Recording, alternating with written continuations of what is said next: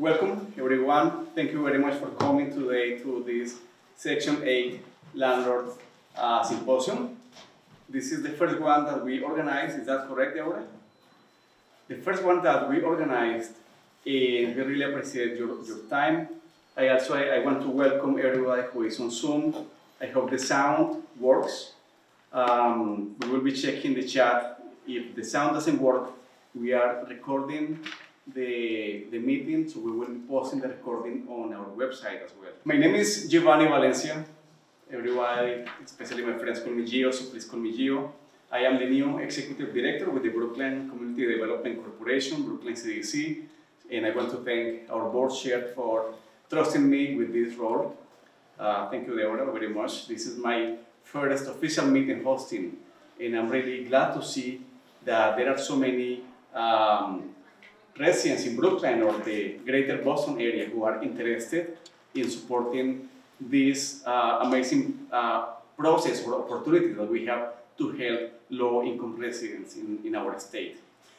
We have a panel today. We have great information from an expert from the VSA. We have an expert on Section 8 because she experienced this process firsthand. We also have an expert who is a landlord and understands how Section 8 works for landlords. So with that, let me just to introduce our panelists. First of all, to my left, we have John Hills from the Brookline Housing Authority. Welcome, John. Hello. And we are going just to wait a little bit for every panelist to share more about themselves. But thank you, John, for coming here. And John is going to provide a presentation more in detail about what Section 8 is. We also have Mena Presley, real estate agent and Brookline resident. Welcome. We are really looking forward to hear you about your experience and any advice you have for tenants, but especially for landlords. And we have our own representative, Tommy Vitolo. Thank you, representative, for coming today, and especially for sharing your perspective as a landlord who has had experience with the Section 8 voucher process.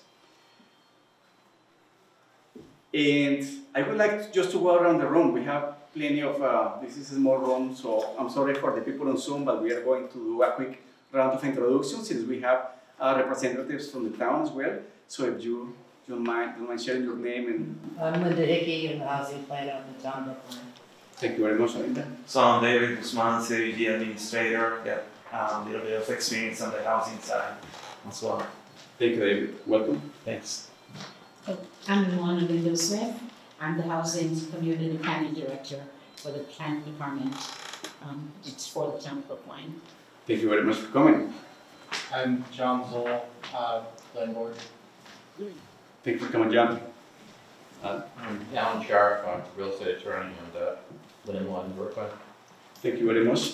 I'm Amarjo, I'm an intern here at Brookline CDC.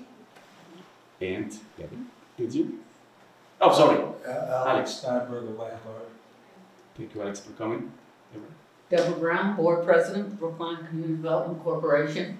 All right, thank you. So here is our agenda. This panel, this presentation is intended especially for landlords or property owners who are interested in learning more about the program, the benefits, how to support your community, people who are interested in doing something else for the ones who are underserved. I was very surprised when I read this report from the Brookline Foundation about the Brookline town, and really surprised to see that 10% of the residents in Brookline live below the poverty line. And I don't live in Brookline, I live next door, and I was really thinking, everybody's working in Brookline, and that is a mistake that many people make because we don't know the facts. So there is a lot of work for us to do, and this is a tool that helps us to help people firsthand, quick, find solutions now without much paperwork for the ones who have a voucher. And there are so many tenants, so many landlords and property owners in Brookline that could really do something for the community. So this is our agenda. We are going to have John from the VSA providing us a general overview of the program. And thank you, John. You used to work for the Boston BHA as well. I worked for the Brookline Housing Authority. Before that, I've been at Brookline for about 18 months now. I worked at Metro Housing Boston before that, which is a non-profit in Boston, but it's also a regional administering agency of the state receives a large portion of Section 8 federal vouchers every year. We administer those vouchers on behalf of the state. So I've been working with the Section 8 program for almost 14 years. Thank you very much. So we are going to discuss the benefits, the HCB program basics, the local context, benefits for the landlord. That I think that is a very interesting topic for the landlords. What are the benefits? And key program details, how things work. After that, after John's presentation, we will have the panel. We are going to invite our panelists to come here.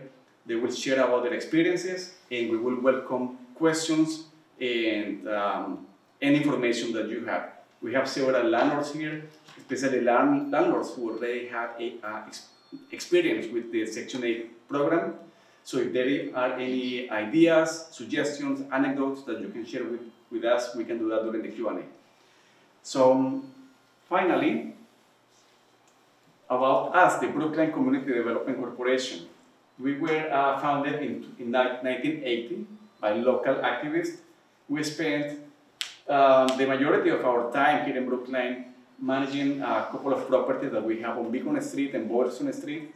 I'm very glad to share that the board has been working very hard to ensure that in partnership with the town, our elected officials, we get the resources we need to fix those buildings, to ensure that those residents who live there have the best quality of life.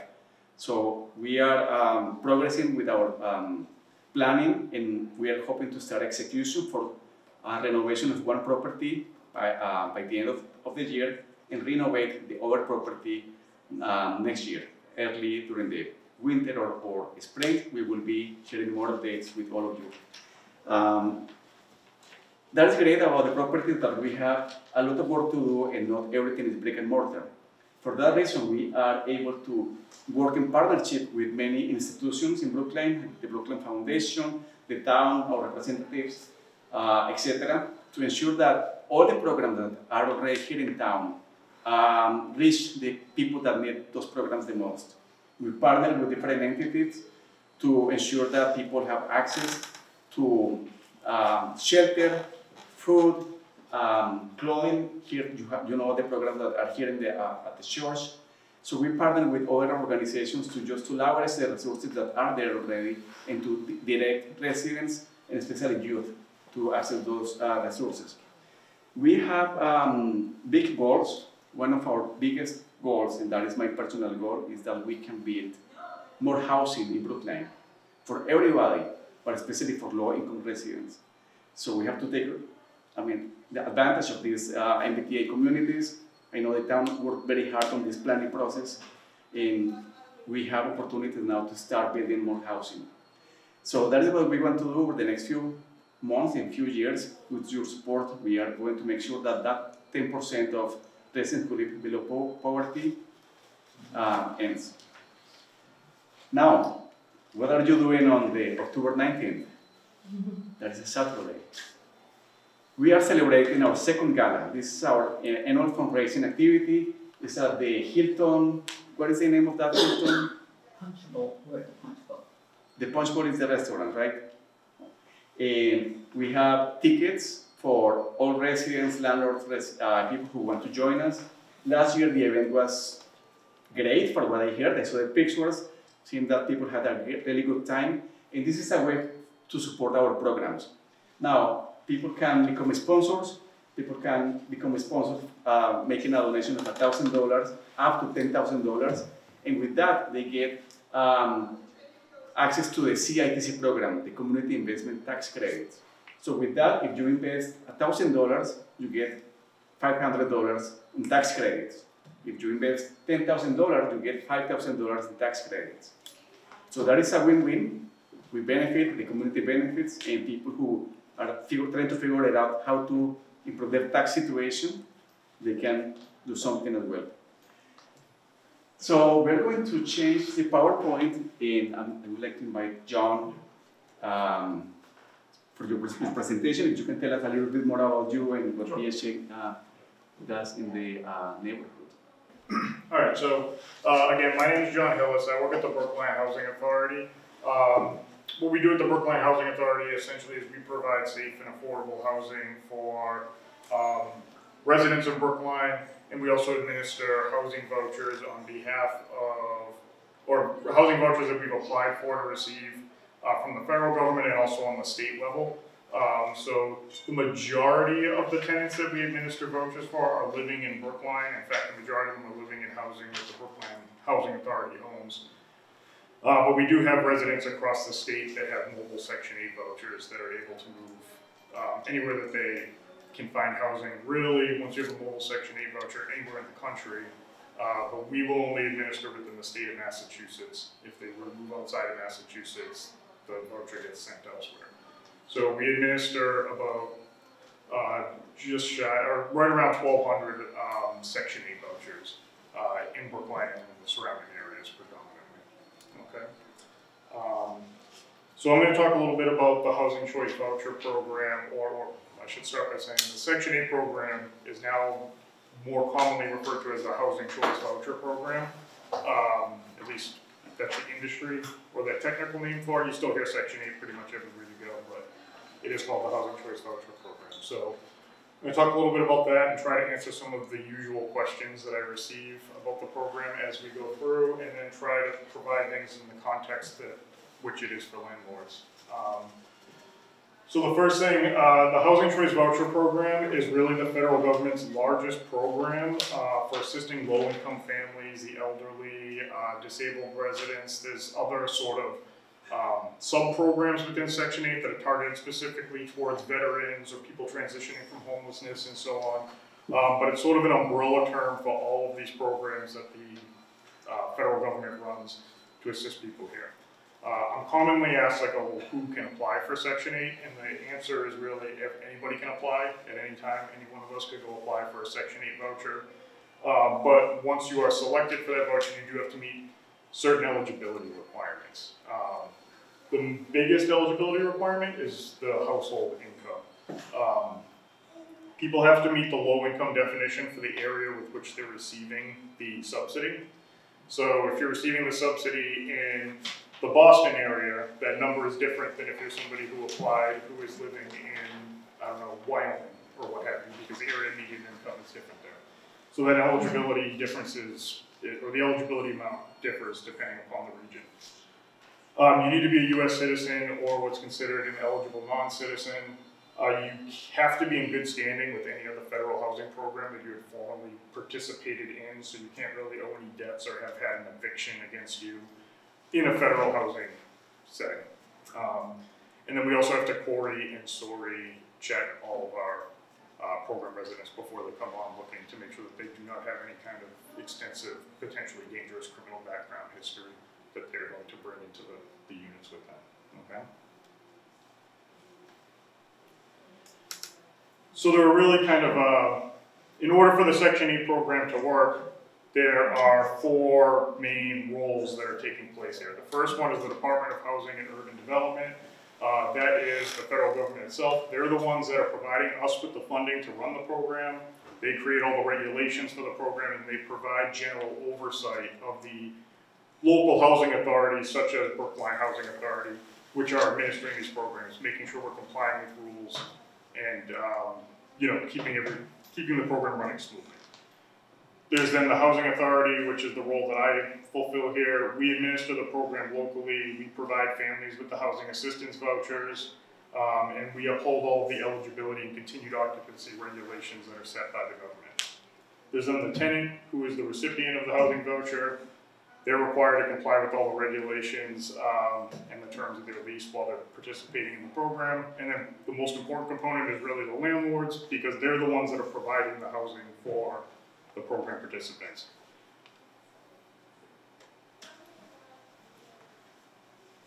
All four of those parties essentially enter, or the tenant, the landlord, and the housing authority essentially enter separate agreements when somebody enters into a lease with their voucher in a unit. The first agreement is pretty standard. It's the tenant and landlord agreement, which is a lease. there's a lease that exists with any voucher recipient between the tenant and the landlord that is the standard lease that you would use if you were entering a lease agreement with any person from the market, whether they were a voucher recipient or not. Separate from that, the tenant and the housing authority enter an agreement which basically outline the family responsibilities or rules of the program that the tenant has to follow. The important things for landlords to know those rules is that they pay their portion of the rent, that they keep the house clean in an orderly condition, that they don't have any unreported members living in the household with them. It kind of backs up a lot of the things that you're probably already going to have in your leases. And it's important because it gives the tenant an extra, they don't want to lose their subsidies, so they have an extra kind of incentive there to, follow all those policies. The housing authority and the landlord then enter into a HAP contract, which is basically just the agreement that outlines how we're going to pay you every month. And how it kind of ties the gap between the lease and the portion of the rent that we pay. There's a fourth form that exists called a tenancy addendum that you're required to attach to your lease. And that really just makes it so that the HAP contract terminates when the lease terminates. And so if the lease is terminated for any reason, or if the tenant violates their requirements of the program, it terminates the HAP contract and explains kind of how that all works out. I have copies of all the standard documents over here. If anybody wants copies of them to look over, I can hand those out. So I'm going to talk briefly about the whole leasing process, kind of from beginning to end. So when somebody receives a voucher, what is the process that they go through? How are they communicating with landlords, and what does that look like for the landlord? So first, as I talked about or alluded to before, we have to determine whether somebody is eligible for the program. So when somebody is chosen to get a voucher, we're verifying all of their income to make sure that they meet the proper income limits. We're conducting criminal background checks. We're doing background screenings to see if they have an eviction history or anything like that. Once we determine eligibility, we issue the tenant a housing voucher. I think a unique thing that people don't always know about the Section 8 program is most tenants who get a housing voucher aren't getting a housing voucher for a specific unit. They are now going out and conducting housing search and trying to find landlords like you with which to enter a lease agreement where they can use their voucher. Every voucher is given a voucher size. Basically, that's the number of bedrooms that voucher is allotted. That's determined by the family's household composition, and sometimes there's other needs where we might give a second bedroom to somebody if they have medical equipment or something like that that constitutes it. The voucher size is used to calculate what the payment standard is. A payment standard is the maximum amount of gross rent that a voucher can cover. This is where a lot of questions start to kind of be asked. So if you have a question, just let me know. If the gross rent exceeds the payment standard, the tenant has to pay the difference between those two numbers. What the gross rent refers to is the contract rent and something we refer to as a utility allowance. The contract rent is the rent that, when you're thinking of rent, it's what you typically think of. It's, I'm renting my unit for $2,000 a month. That's how much money I have to get paid every month. The utility allowance is a predetermined amount that the housing authority assigns to estimate utility costs in the unit. It takes into account the unit size, the unit type, and the location of the unit geographically. That gets deducted off the tenant's portion, basically, the rent that they're going to pay. So it's a number that's there in the rental calculation that the landlord just kind of is mostly unaware of, but it's something that we're using on our end in order to calculate who's paying what. That's only if the utilities are included in the rent. Yes, it's if the landlord is covering all utilities, then there's no utility allowance calculated. If the tenant's only responsible for hot water, we only apply the hot water utility allowance to that deduction.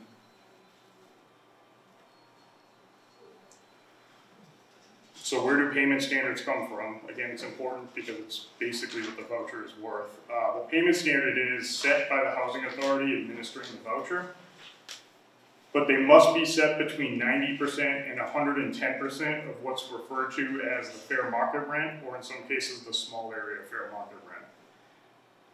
The fair market rent is determined every single year by HUD. They do huge rent surveys for every metropolitan area across the country, and they come to us and they say, here's 100% of the fair market rent for your area, and then we choose how to set the payment standard of voucher amounts. You can choose anything between 90 and 110%. At the Brookline Housing Authority, we currently use 92% of the small area fair market rent in Brookline, which is much higher than the regular fair market rent for the Boston area, and we use 110% for everywhere outside of Brookline. Rent increases are allowed based off the terms that are outlined in the lease. However, per Section 8 regulations, the rent cannot be raised more than once in any 12-month period.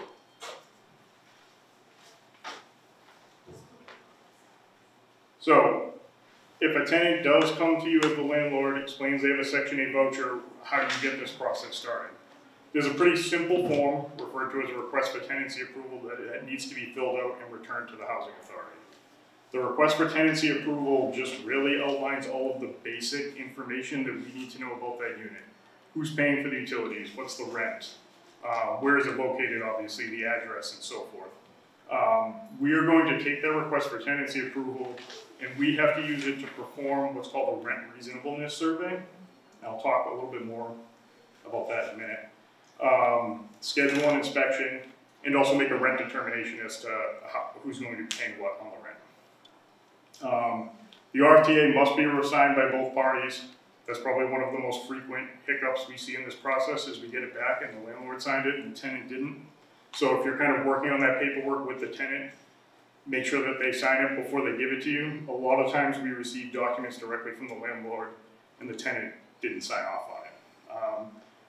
We will ask for some other basic information from the landlord at that time. Proof of ownership, basically something showing that you actually own this property. Usually we're just given a deed. Sometimes we can look it up ourselves, but we do request it at that time. And then we ask for direct deposit and W-9 information that we need in order to make payments and for tax purposes.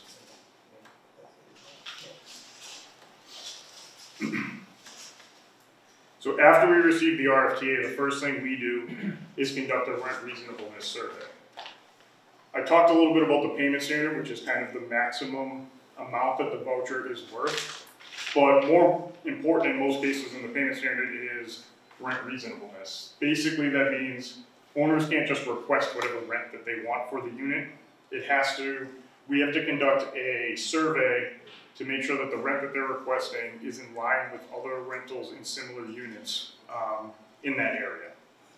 So even if the requested rent is below the payment standard, so the tenant's payment standard is $3,000 and your rent is $2,500, we can't skip this step. We need to make sure it's rent reasonable. After we conduct the market study, which we do generally using a third-party software, which is very easy to do in Brookline or in the immediate surrounding area because there's tons of rentals. It's harder when you get out to rural areas. Sometimes we have to do it a little bit differently out there. But once we do that, we will determine whether or not the rent that was requested is reasonable. If it's unreasonable, we don't just terminate at that point. We contact the property owner, we share the information that we pulled, and we see if they're willing to kind of negotiate down with us. Rent reasonable can be higher or lower than the payment standard. And a tenant is allowed to live in a unit that exceeds the payment standard, but as I said before, they're going to have to pay that difference between the two. So it's something that when we have that come up, we alert both the property owner and the tenant that the tenant's going to be paying more than they normally would, just so that everybody's aware of how this is going to be working. I have a question about it. So in terms of the affordability issues, is there any way or measure that the housing authority has to protect the tenants' side in order to control the like not paying more than 30% on housing towards that difference? Right. So they can pay over. We will alert them if they're going to be paying over 30% of their income. If this unit is the requested rent is exceeding the payment standard. We will allow them to rent a unit up to 40% of their income. If it's going, or 40% of their adjusted income. If their portion of the rent is going to exceed that, we won't allow them to rent the unit. Oh, interesting. I didn't know that. Yeah. So they can go up to 40, but I would say, 99% of the program participants I've seen are paying 30%. Yeah. of their income. Okay. But they can go up to 40.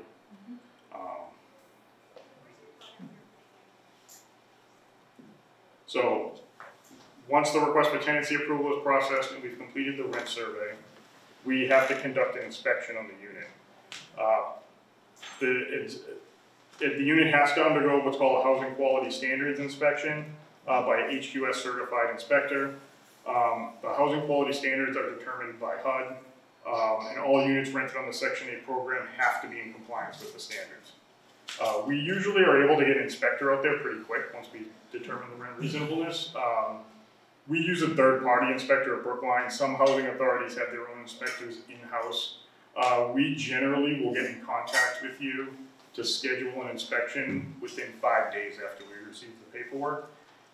And depending on the inspector schedule, sometimes they can get out there the next day after we make that contact. Sometimes it takes a few days, but we do prioritize initial inspections for people attempting to move into units because it's their first time. They could be coming from a situation, they might not be living on the street currently, so. So, Barry, do you have a question? Yeah, real quick. So I know before the properties would have to be vacant in order to do an inspection.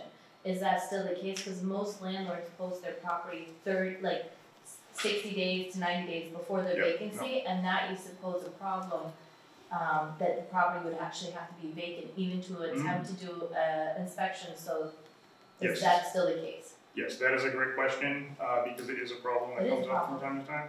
Oh. The unit does have to be vacant before we can conduct an HQS inspection.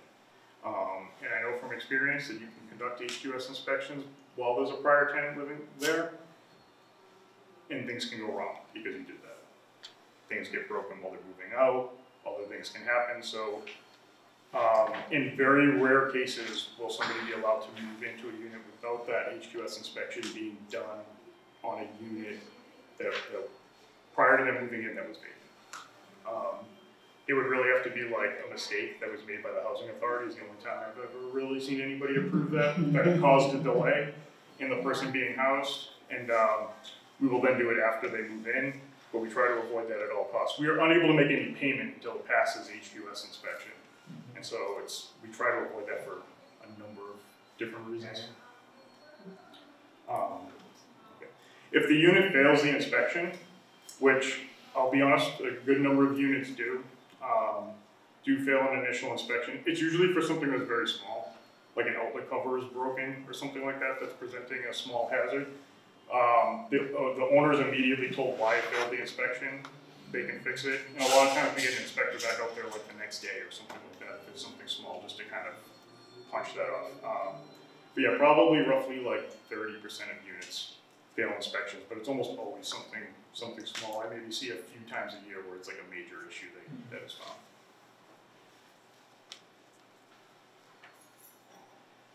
So once the unit passes inspection, we move into the leasing phase. The owner and landlord are told that they're cleared to execute a lease. That lease has to be provided to the housing authority. We then provide those other documents that I talked about earlier, the HAP contract and the tenancy addendum. Once all of those are signed and returned to us, we will issue a rent determination letter, basically saying what the portions of the rent are for each tenant to pay. The tenant will pay, somebody asked a question, so we kind of talked about this. The tenant will pay 30% of their adjusted income unless the rent exceeds the payment standard. Then they'll be paying up to 40%. We pay the remainder of the landlord on the 1st of every month from that point moving forward. Sometimes with that initial month, there's a little bit of a delay if like the inspection happened on the 28th. Or something like that, we might not be able to get the payment out for that first month on the 1st, but I normally try to do a check every month to see if we missed anybody, and then I'll pay them as soon as we can. Try not to let that kind of like hang out there. I have one last. Oh yeah, not bad.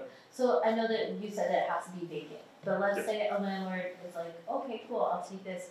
Can you do half month? Like, can you do prorated so that they're not losing a full month? Can you start? Yeah, so say a unit is supposed to move in on the 1st or something. Yeah, but the tenant moved out, the prior tenant moved out, and then you have a 2-week lapse of like, okay, we're gonna get them in. They can start on the 15th or on the 1st, right? They can start. So this is going to vary housing authority to housing authority. This is. But for Brookline.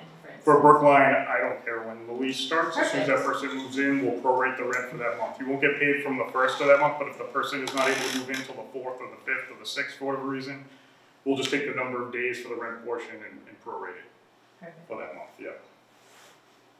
Now, once the lease and contract are executed, the landlord is just gonna receive their payments from the housing authority every month on the first of the month. We make almost all of our payments by direct deposit, but if you do want a paper check, we can do it that way, but most landlords opt for direct deposit these days.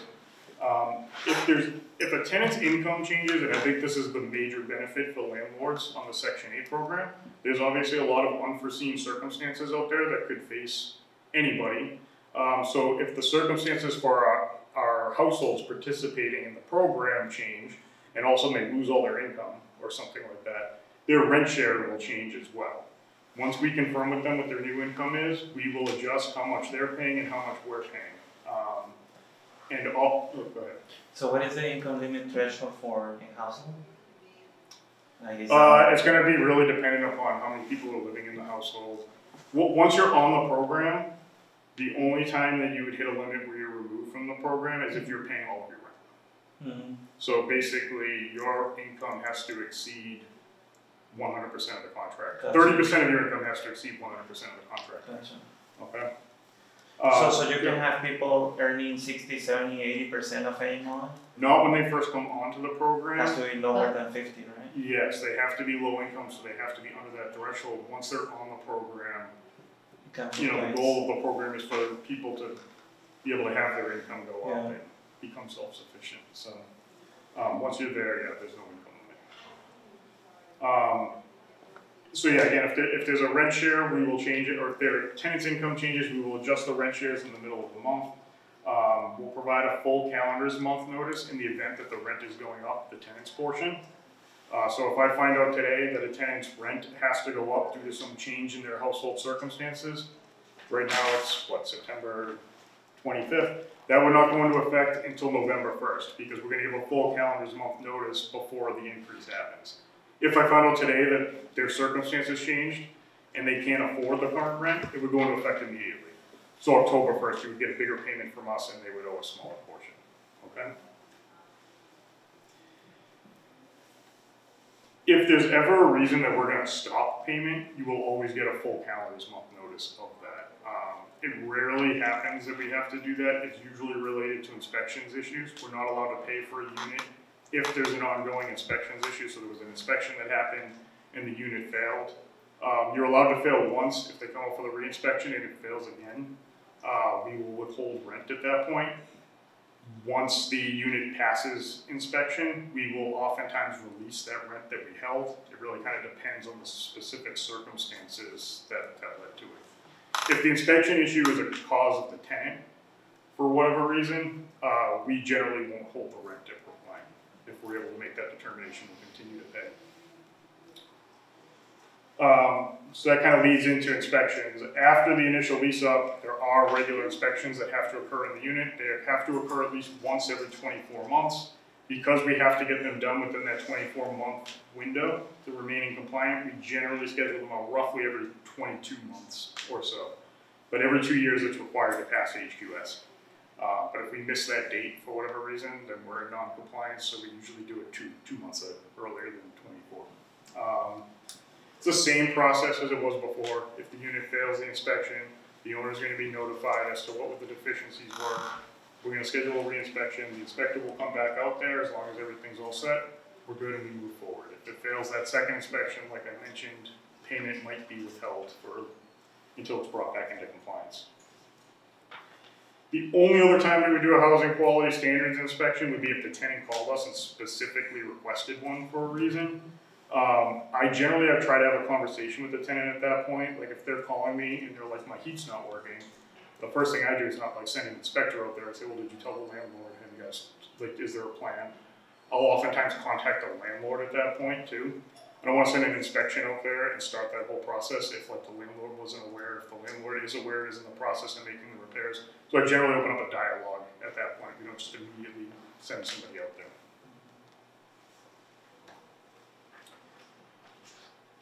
Finally, you're allowed to request a rent increase or change the lease terms like you would be in any other lease situation with a tenant, but you are required to notify the housing authority 60 days prior to any rent increase or lease change taking effect. That way we can adjust anything we have to on our end. If you're requesting a rent increase, it does have to go through that rent reasonableness process again. We have to make sure that the rent increase that you're requesting is in line with the market rent in the area. And you can only request one rent increase in any 12-month period. So if you request a rent increase for October 1st, 2024, you won't be able to do another one until October of 2025. Yep. How far in advance should you, if I'm a landlord, approach you about increasing the rent? Good. We need to be notified 60 days before the effective date, or 2 full calendar months is the better way to put it. But yeah, it's a 60-day or 2 full calendar months notice.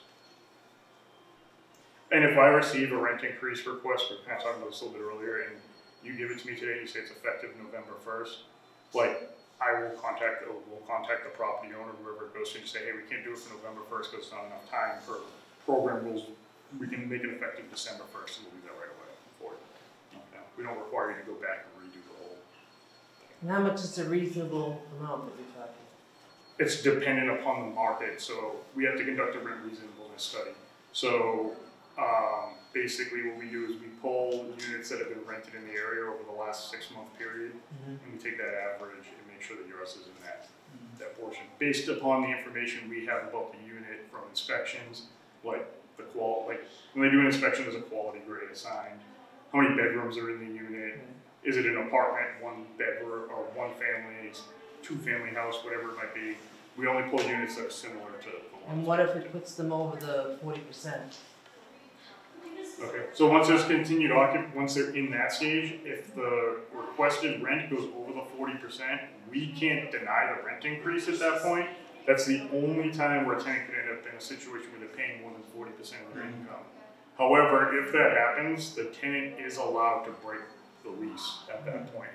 Proper notice, they have to give like a notice for that, because they may not be able to afford it. It's not something that comes up too often because it's kind of been, like, because of the initial rent reasonableness check that happened, like they were under that amount. So the unit's kind of staying in line with the market rent that's there, and the payment standards going up as well. So that shouldn't happen, but it does happen from time to time. And how tenants handle that situation varies. So that means that the help contract is revisited every single year with an annual verification of income in order to establish rent reasonableness for the tenant side. Yes, well, the tenant's income is checked at least on a yearly basis and adjusted at least once a year. And then rent reasonableness is done anytime a rent increase is requested.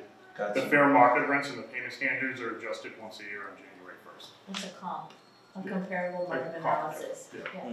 The HUD generally, like right now, I just got the new payment standards or fair market rents for January. And so we're adjusting them now, and those will be announced at what Brookline's changing probably the middle of next month to be effective January 1st. So everything changes kind of once a year. So they should all stay aligned. Do you guys take in consideration, like, let's say you redid a bathroom, you redid a kitchen, or do you only go based on square footage, bedrooms, and everything else? Because I'm just trying to. Yeah, so no, when we're determining rent reasonableness,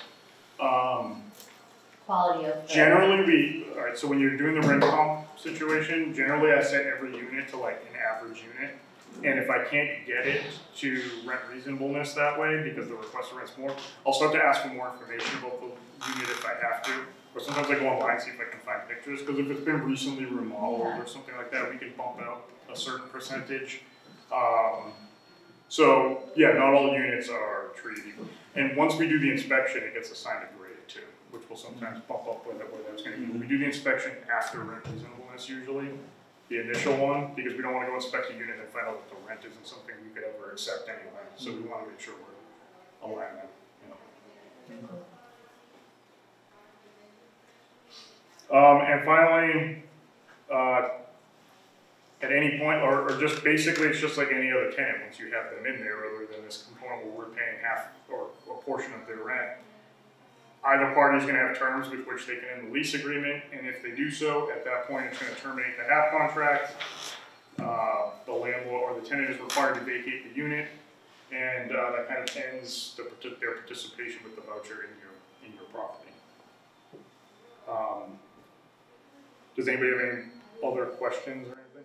Yes, Tom. Do you have data or anecdote that suggests that Section 8 tenants stay in their home for more annual cycles?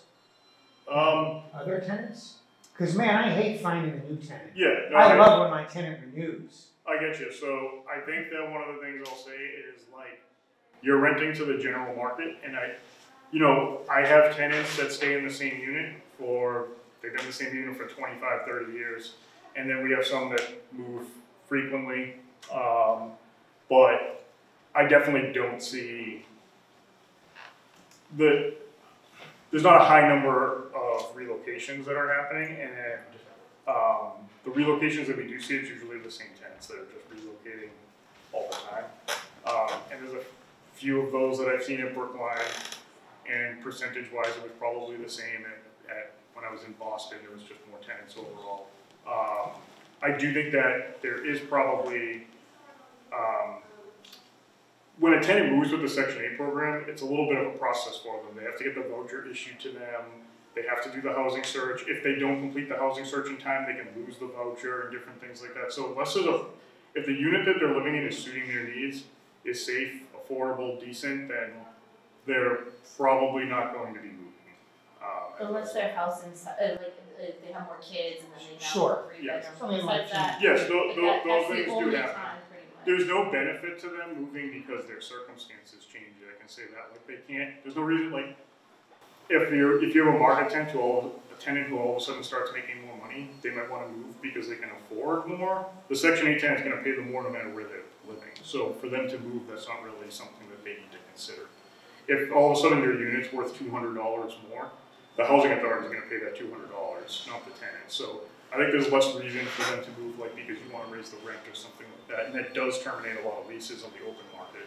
You say I'm going to raise the rent to $200. The tenant says I can't afford that. You say, well, someone else will, and then they terminate the lease. The housing authority is there to just kind of foot that increase. Okay, John, I have one question on the chat, and I will ask our panelists to come to the panel so we will go into the Q&A. But the question on Zoom is from Connor Murphy. He says, if looking for a rent increase, I assume it would only occur when a lease is being re-signed. If the terms of your lease only allow it to happen with the new lease being signed, then you have to follow the terms of your lease. The Section 8 program only regulates that it has to happen once every 12 months. Or it can only happen once every 12 months. So some leases are written in a way where it self-renews for 1 year. And we don't care when you request that rent increase within that year. If your lease specifically states that, then we would have to follow that rule. Okay. So. Right. Just a quick question. Is when you're doing the rent increases each year, is there a particular percentage you can use? Is there a range? It's really determined by what the fair market rents dictator is rent reasonable in that area. So we have some landlords that request a rent increase every single year and just kind of try to get the maximum that they want. We have some landlords that literally they request a rent increase every 5 to 7 years, and the rent when they request it is really low. So I've always been, you can institute kind of like a percentage type thing, or some housing authorities sort of loosely do that, but I've always been against it because I feel like I'm going to penalize somebody who just didn't request a rent increase for a long time. So with that, sorry for the interruption, but I would like to introduce Bina. You can tell us more about yourself and your experience as somebody who experienced the process of being a Section 8 tenant. Voucher holder. So when I was a teen mom, I had my first child when I was 18 years old. I lived in housing, and then I received a voucher at that time, about a year or two later after being on the list for a while. I utilized my voucher in Brookline. The experiences I had was a lot of, unfortunately, I'm just going to be real, discrimination. Once I would say, hey, I have a kid, or I'm using a voucher, unfortunately, a lot of landlords at that time were like, ooh, I can't take that, I'm sorry. And it was really breaking because I'm was 19 trying to find a property with my kid. It was really hard. You know, and I know that technically, like if you say that straight out, you can get a fine up to, it used to be up to $2,500, like, but no one really, I didn't fight it, whatever. But I so thankfully found a property actually at 794 Heath Street in South Brookline that I was able to utilize my voucher because the property had to be deletted. So if you have a kid under the age of 6 years old, the unit does have to be deletted. Living in Brookline, we are a lot of Victorians. We have a lot of brownstones. We have a lot of properties that are not deletted. They are labeled as what is called unknown, which is very common because we are a Arctic community, so a lot of our properties are historical, which is beautiful and lovely about Brookline. But nevertheless, I was able to find a property that was deletted, and I stayed there until the owner sold. Like, I would not have moved. I only moved because the landlord sold the house and retired and moved to Florida, and that got me into a sticky situation trying to find another property, which it was really challenging. And the thing is I also finished college at that time as well, which was kind of a blessing in disguise because I was almost paying for my full rent. I was $300 shy of paying the actual allotted amount. At that time was $1,600, and I was paying $13. And I actually got an affordable unit to buy. And that's the benefit about Section 8 and being a homeowner, that you're helping somebody facilitate kind of their life journey. The hard thing is that I know a lot of people are scared of it, but if we open this Q&A, like the questions and how to help qualify units in general of becoming a bridge to gap this, it's a really remarkable opportunity to help somebody get to where they need to go in life. And I think that, you know, there's a lot of not understanding on how the program works. It's something that's looked at as scary, and looked at as like, ooh, that there's a lot that goes into it. But in reality, it really helps bridge the gap, and it is used as sort of like, I don't want to say a crutch, but it's used as a facilitator to get you to that next level. As he was saying before, once you get to that cap, it then becomes an opportunity to buy. And that's pretty much it. Now going to my job, I'm a real estate agent. And because I've utilized a voucher myself, I do help a lot. I help everyone. I do sales, I do rentals. I help people find rental properties that are 8K, and I help people that have Section 8 vouchers, because I know how to utilize the way the voucher system works. I help the landlords fill out the paperwork with the tenants. I explain the responsibilities of how it goes on, like, you know, you have the inspection. There's certain like things that need to qualify a room. Some of these properties were living room, dining room, and then 2 bedrooms, but they kind of put like an IKEA thing to make it a bedroom. So there's certain rules and regulations that go into qualify a bedroom, as that HUD does. Just, you have to have a window. You can't not have a window in your room. You know what I mean? So there are certain qualities, and because I lived it, I learned it, and I've done it. It's really, I really do try to help a lot of clients that do have Section 8 and explain it to them.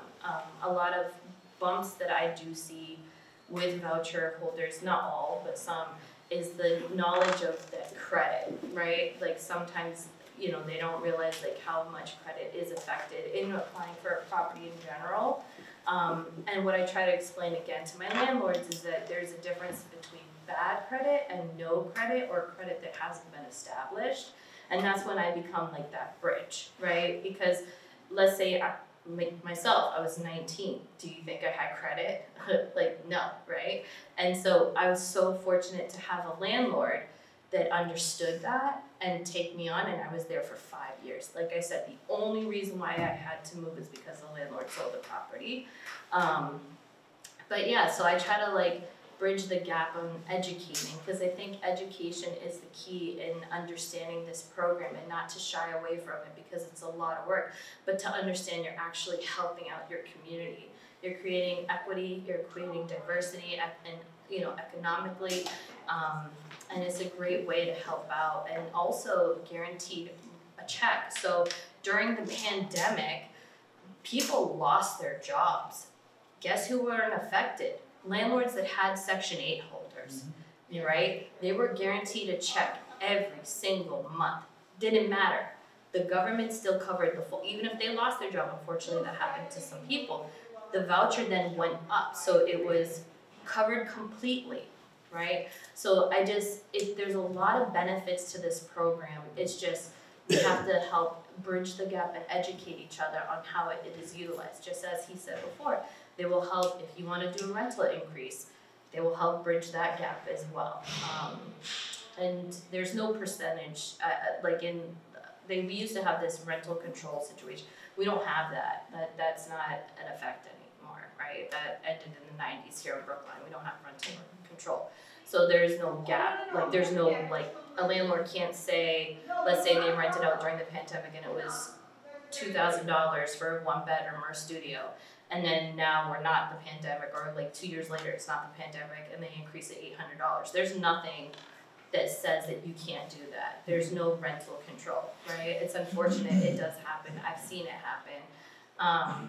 And that's honestly then again a benefit for using Section 8, because they will bridge that gap. They will make it the comparable market analysis of what is going around. And yeah, that's pretty much. Thank you very much. Yeah. It's a great program. It was really good to hear from somebody who was a Section 8 voucher holder. Yeah. And with that, I think there's no better segue that hearing from our state representative, who is also a landlord, right? Sure. Yep. So if you can tell us more about Yeah. So I'm Tommy Vitolo, and my wife and I and our small child were living in a 1-bedroom condominium, 790-something square feet, and he was living in a closet that we had made a bedroom for him. He didn't have a window, no one complained. But we wanted to grow our family, and we were fortunate enough to be able to move out to a different home in Brookline, and we kept the condo. So we're going to try renting it out and see how that goes. And so we've been renting this condo for something like 12 years. Not quite a tenant every single year, but we've never had a tenant for 3 years. Right? Free market. Usually it's someone who, it's near the hospital, so it's somebody who works at LMA or is studying over there. And whatever it is, a cycle and a half ago, a year and a half ago or so, our real estate professional who helps us find a tenant, she called and she like cleverly intimated that it was a Section 8 tenant. And we had never had a Section 8 tenant before. We didn't know what the rules are. Is this a big deal? What do we do? But I kind of knew, I had this idea that if you have a Section 8 applicant who you would rent to, like, you got to rent to them. Like, that's the rule. I wasn't sure, but I was pretty sure that was the rule, so I called around. And I am, like, the smallest of small-time landlords, right? I have one-bedroom unit, right? So I don't have vast experience with this. I've had one Section 8 tenant. And it was I will say this as a legislator, for a government program as a landlord, boy, was it simple. It shocked me how easy it was. And so there's like 3 or 4 little details that we had to learn and do correctly, and when we didn't do them correctly, it was very easy to fix, and then they were correct. So you need to have an inspection, and it has to be once the unit's empty. Right? I think our inspection was like the next day.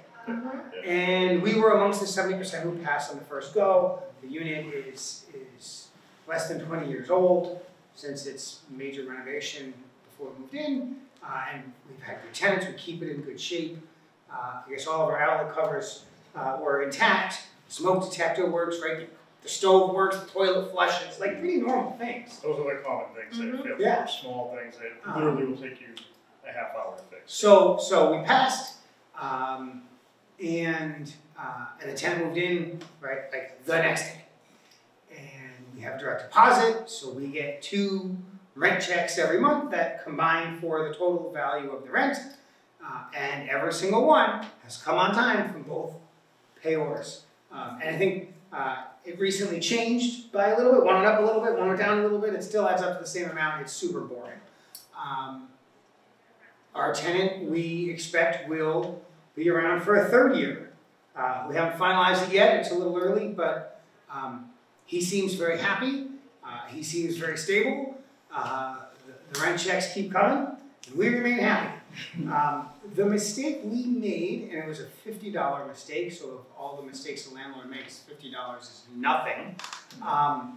We had in our lease that it was rent, and then in year 2 of the 2 years, we leased it for 2 years. So we said, let's just get a 2-year lease. It bumps up by $50, and we had it in the lease. But what we didn't do was do the paperwork with BHA for the rent increase. And so they said, well, no, you can't do it effective this month, but you can do it effective next month. So we missed out on $50 one time. We won't make that mistake again. And I mean, absurdly, like, that's it. That's the whole story. I wish it was more interesting. I'm kind of glad that it isn't, though.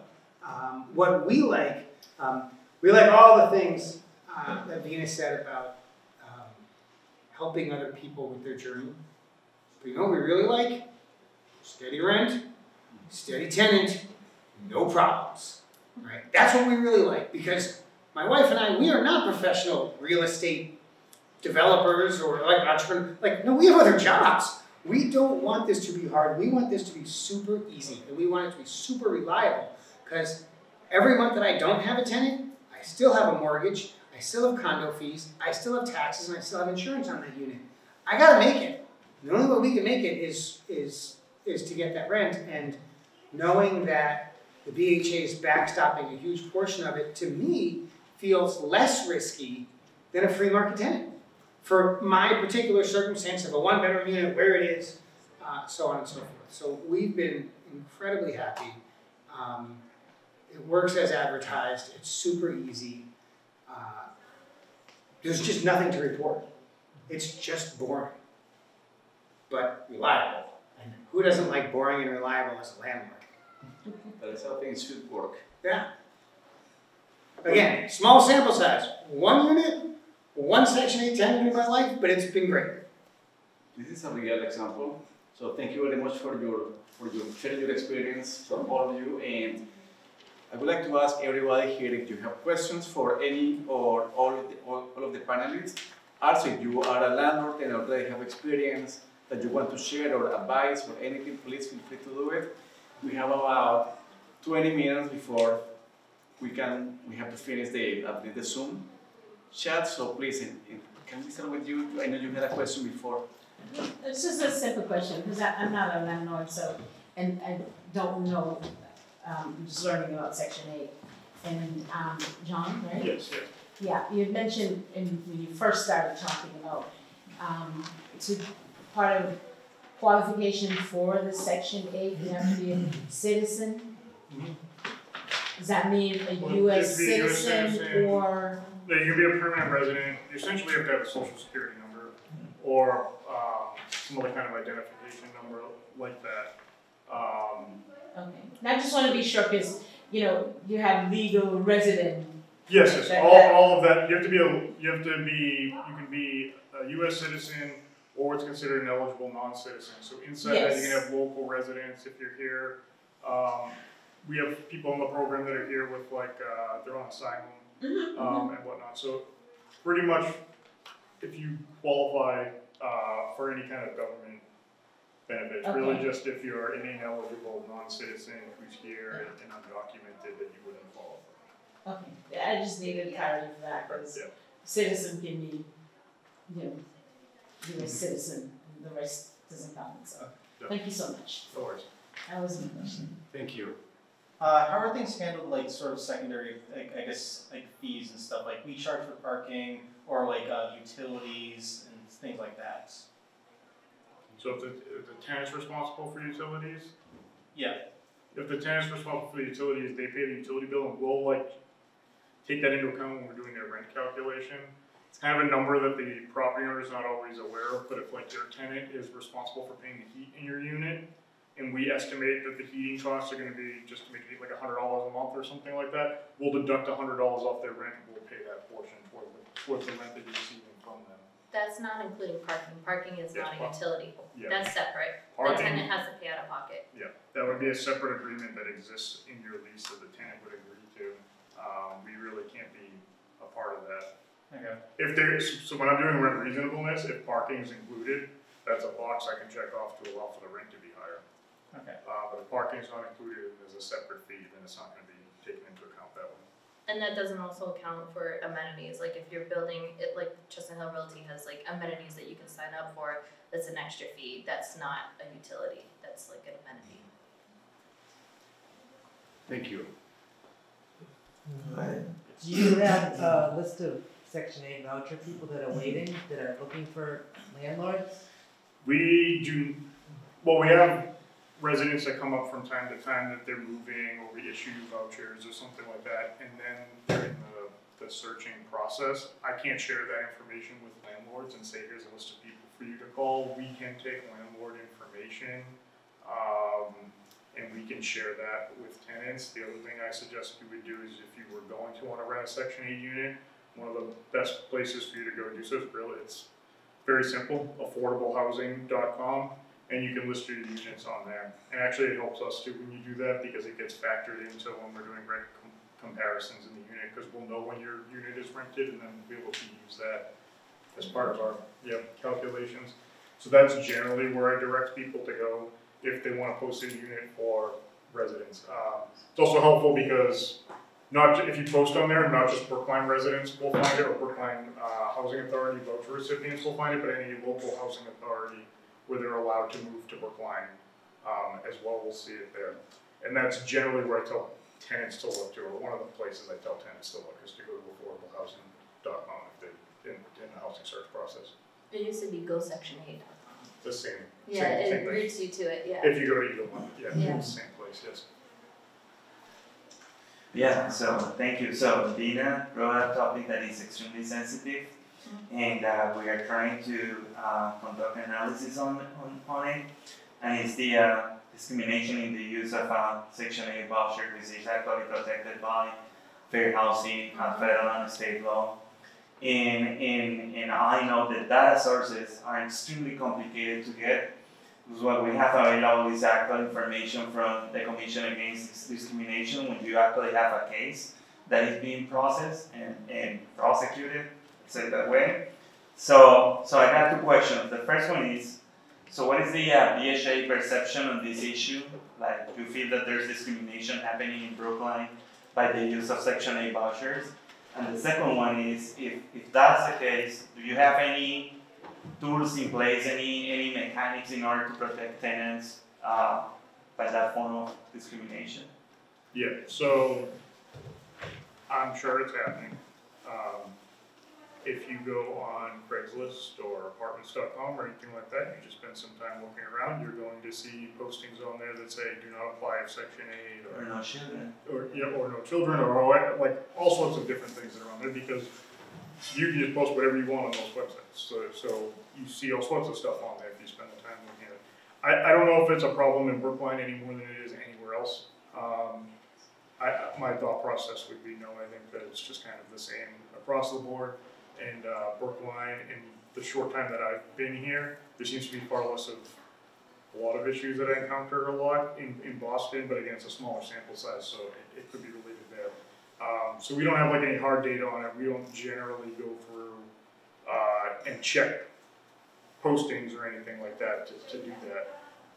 If we do have somebody that encounters that, it's not something that we can handle directly, but we refer them to the agencies that can.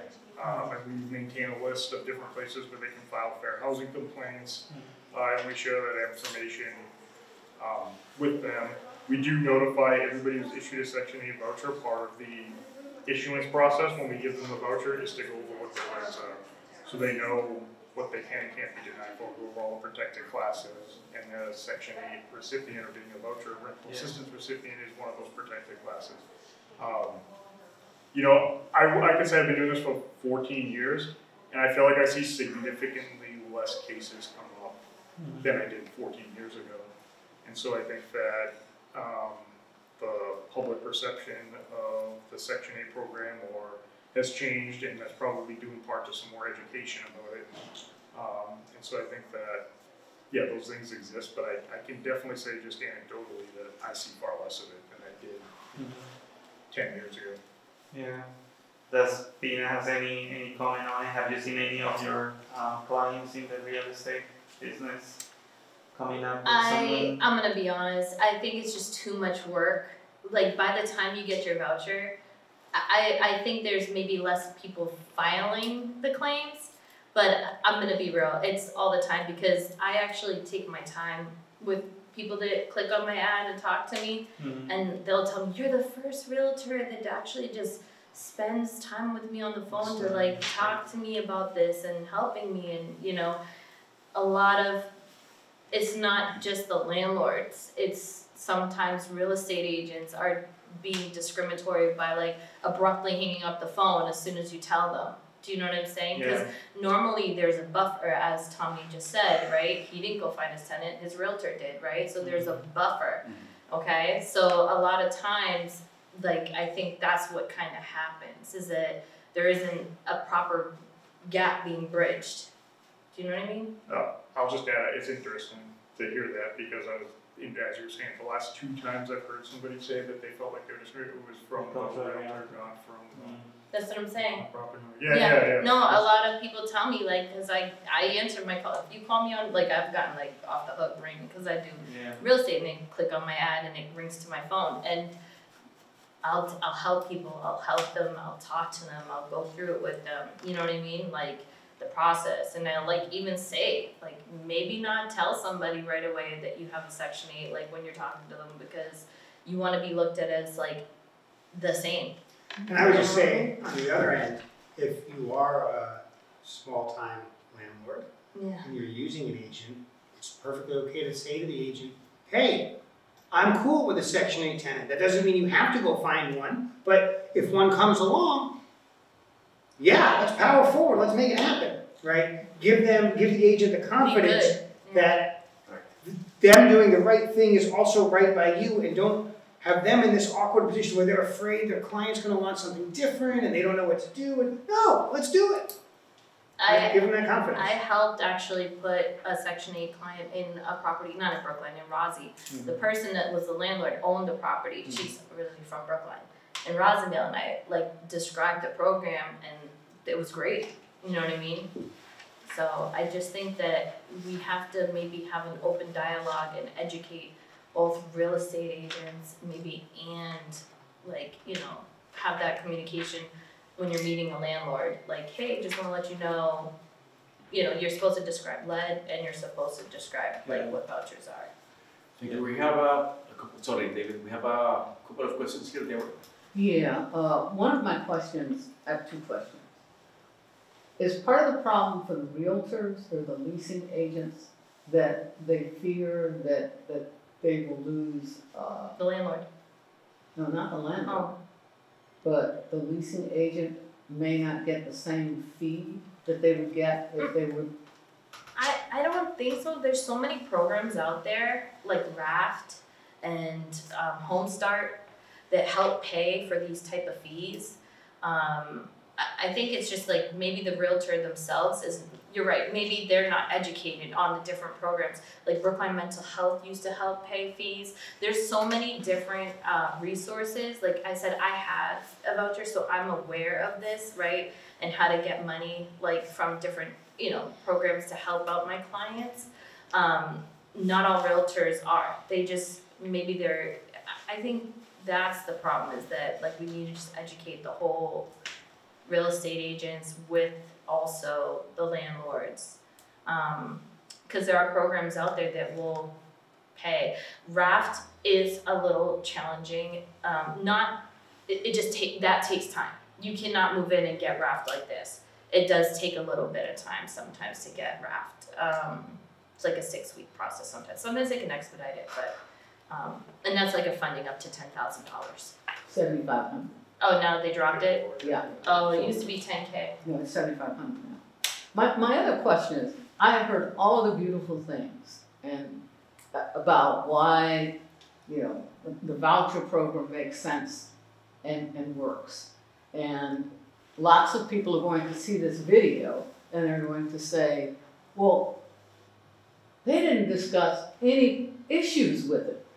So I guess my question for you all, just so that it's out there, what are some of the problems or issues that you've seen recently with the program? So getting a tenant out, they, like asking a tenant, like let's say the tenant wasn't, just in general, but that's hard with anyone.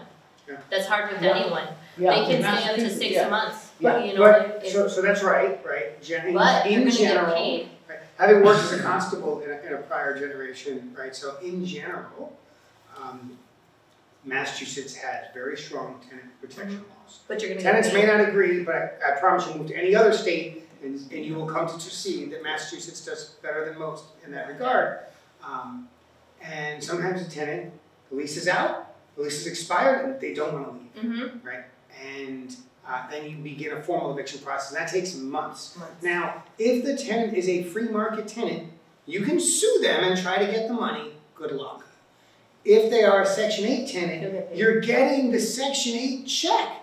Even if you're not getting the tenant check, you're still getting the Section 8 check. Yeah. And so it's not as good as getting the full rent, but really your headache is you're trying to evict a tenant, not that you're not getting the money, because you're getting a chunk of the money, perhaps all or almost all of it anyway. And that really mitigates, in my mind, mitigates that. It doesn't make it go away, but you have that risk with a market rate tenant. Also, if a market rate tenant sits around, you get nothing. So, I was just gonna say, the majority of the conversations I have where there's a problem going on with the tenancy, there is nothing with that problem that is because of the voucher. And to Tommy's point, a lot of times the voucher is making that problem a little bit less because we are gonna continue to pay if there's like an eviction going on until that tenant leaves the unit because they're on the program until they're successfully evicted because the court hasn't made a decision that they violated lease terms or whatever it might be. So we get a lot of phone calls from tenants that are having issues with their landlords, and we get a lot of phone calls from landlords that are having issues with their tenants, but they never really have anything to do with the voucher. They're just calling us because we're involved. So I really can't think of anything with the voucher that makes those situations more difficult. So The one thing that is a little challenging though, to be frank, like, is the lead situation. I know in general. That has to be, if you own a unit that has lead, we will not allow children to move into the unit. And if you have to de-lead the unit, that is going to be a very large Expensive, and that's the challenge that I faced personally when I had it. It's because 90% of Brookline is unknown, okay? as a landlord, if you have a tenant who doesn't have children right now, but has children 15 months from now, you own that problem, right? Now you have a unit, and now there's a baby, and you know what? Society cares a lot about that baby, as it should. Yeah, and then you're responsible, like, because then if they have the baby, right, and they're living in the unit, they'll have to get You it. have to get a letter of compliance stating that there's no, either the unit has been de-leaded or there's like de minimis levels of lead that's exposed in the unit. So it doesn't necessarily have to be de-leaded, but you're probably going to have to do some work there to get that letter. Abatement. Yeah, thank you. I'm sorry, do you have a, Deborah or Alan, do you have a question or a comment? No, I'm just soaking up all this lovely information. Thank you. Deborah, you had another one? I'm good. So this is for the public in general. How fast can a family in necessity or an emergency situation can get a voucher? I understand that there's a waiting list and a process, and sometimes it's extremely long, and sometimes, we have our doors, knocking at town hall, requesting assistance for emergency situations, and it's complex. The unfortunate answer to that question is a long time. There is a huge need for affordable housing and a lack of availability of affordable housing, or even in the housing choice voucher perspective with the affordable housing providers are really the landlords, a funding issue where there's just not enough vouchers to give out to anybody. So, you know, in general, unless somebody meets very, very strict like situation, they're gonna be waiting. Right now, when we pull people, we're pulling 10, 12 years that they've been on the wait list. It's less if they do. 12 years. Yeah. In general, yeah, they can get bumped higher on the waiting list if they have like certain priorities. Like for instance, if somebody loses their housing due to a natural disaster, or there's a domestic violence issue or something like that, they can get a priority on their waiting list, but we can't create a voucher for them. The funding has to be there, the voucher has to be available, we have to be actively issuing vouchers. So the truth is, a long time. One thing that Massachusetts does that helps out a little bit with that is, and Brookline participates in this, is we don't have we have separate waiting lists for the properties that we own. And those waits are a little bit less, especially if you have those priorities. Like if you're somebody that has a local priority and you're on that wait list, you're probably looking at 3 to 4 years. If you have an emergency situation, like one of those ones I mentioned, like a domestic violence situation or something like that, it can be less than that. But it's very, very rarely going to be like, tomorrow I get your voucher. It's pretty much impossible. But there are circumstances that can lead to that wait being short. Massachusetts has what's called a centralized wait list. So when you sign up for a wait list with us, we put you on the wait list for 150 other housing authorities as well across the state. And maybe you'll pop up on one of their wait lists before you pop up. You'll be next on theirs before ours as a possibility. And the thing with the housing choice voucher is once you have it, you can move anywhere you want. So it just kind of ups their chances of getting it. So even though like we're pulling people from that portion, I don't know what's happening in every housing authority. I mean, you're not going to find one where it's significantly shorter, but your chances are increased because you're on that centralized wait list. If somebody gets a voucher in Springfield, can they just come to Brookline and find an apartment? They can move to Brookline, yeah. As soon as possible, you don't have to do a year, right? No, you have to. It's going to be a little bit more work for the tenant, but they can make it happen. They don't have to wait. If they get a mobile voucher, which means it's one of these housing choice vouchers where they're going out looking for a landlord. If they get a project-based voucher, so it's for like a unit that the Springfield Housing Authority owns, they have to move into that specific unit. And after 12 months, they can request a mobile voucher, and how long that process takes is going to be much shorter than if you're on the list. So, Brookline, if you're in one of our project-based settings and you've been there for 12 months, that puts you at and then you request, you're going to be the first person who gets one of those mobile vouchers. Thank you. How many do you do? This might be an absolute edge case, but I'm aware of someone that actually is doing it. What if someone has basically, you discover they're fraudulently qualified? Like, and like basically. As a landlord? So, like, if you find out that your tenant has fraudulent qualifications, that basically they have, like, I know this one person has a trust fund and is living in Section 8. It's going to depend upon the circumstances of that trust fund, to be honest. So, if there is fraud, you can, or if there's belief that there might be fraud, and it's reported to the housing authority, we do what we can to investigate that. I will say that when people have assets on the program, like trust funds and things like that, we're not, we have to be, those circumstances can be looked at and it can result in somebody being disqualified from the program, but they may have already reported to that and they're still eligible. I think that a good way to think about that is if somebody has like $500,000 in their bank account or something like that, it looks like a lot of money. But if their income, it is a lot of money, yes. But if their income is $700 of Social Security every month, and then we kick them out of the Section 8 housing, they're going to go through that money really fast, paying market rent, and for everything else that comes up with that. And so that's worked into what their rental payment is, if that makes sense. Okay, I was just curious because I know this person has never worked in their life and has a trust fund that basically gives them a lot of money. Yeah, I mean, again, like, it really depends on the specific circumstances of that case. If it's something that we're not aware of and they didn't disclose it to the housing authority, that's fraud, and you can be kicked off the program. Okay. But it could be something that the housing authority is aware of. But yeah. How many vouchers do you think you guys give out a year for, like, how often is that list pulled from? And how many vouchers do you think you kind of chip away at every year off of that huge list? So it varies a lot. I can say this, so in an ideal situation, we would be issuing vouchers off of turnover, okay? And we turn over roughly 2 to 3 Section 8s a month. So like in an ideal situation, we would be issuing 20 to 30 vouchers a year would be my guess. But right now, we're in a situation where we don't have the funding to do so. And so our voucher count is going down, but we don't have the dollars and whatnot to pay for.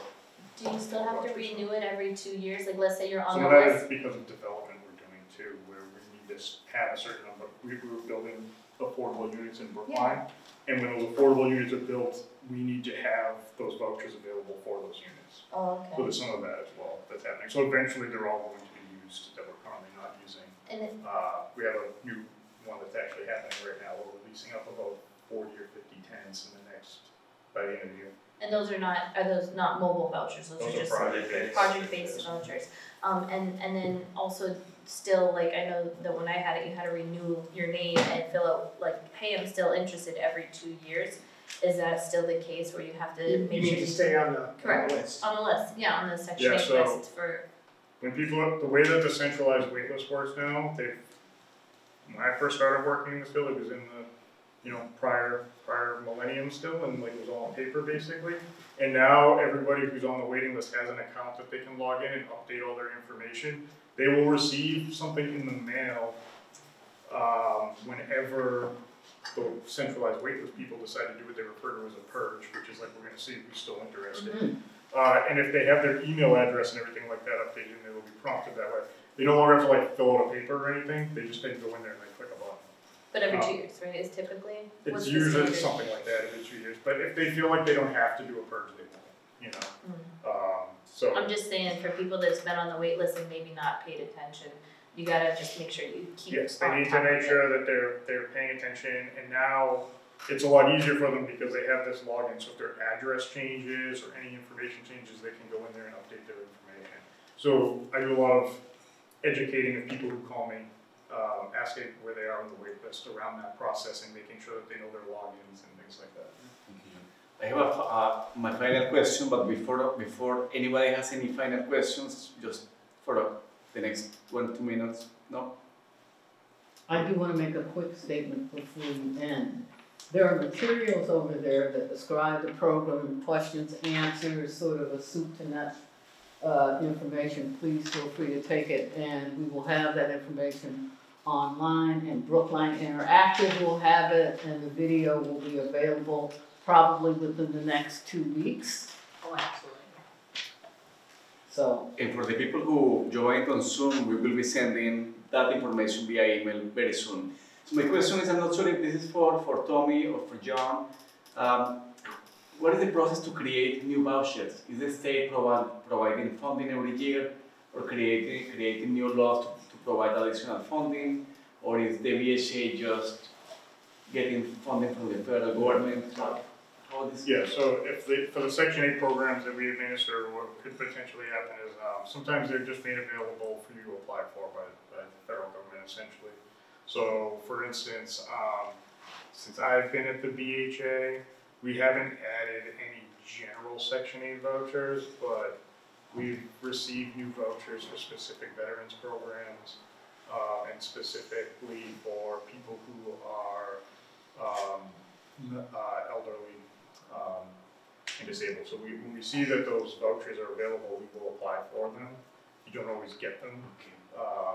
But that's kind of how it works. Basically, a notice goes out from HUD, or the federal government, that we'll see, and if it's something that we feel like we can administer, then we will sign up for it. Because there are some vouchers out there where like we just might not have the capability to do specifically what they're looking for.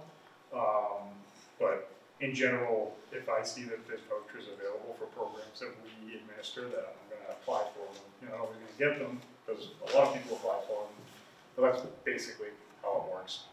But we'll say we have X number of vouchers, funding for X number of vouchers available, say 5,000 vouchers across the country or something like that, and housing authorities can apply. Thank you. Any final words? Representative?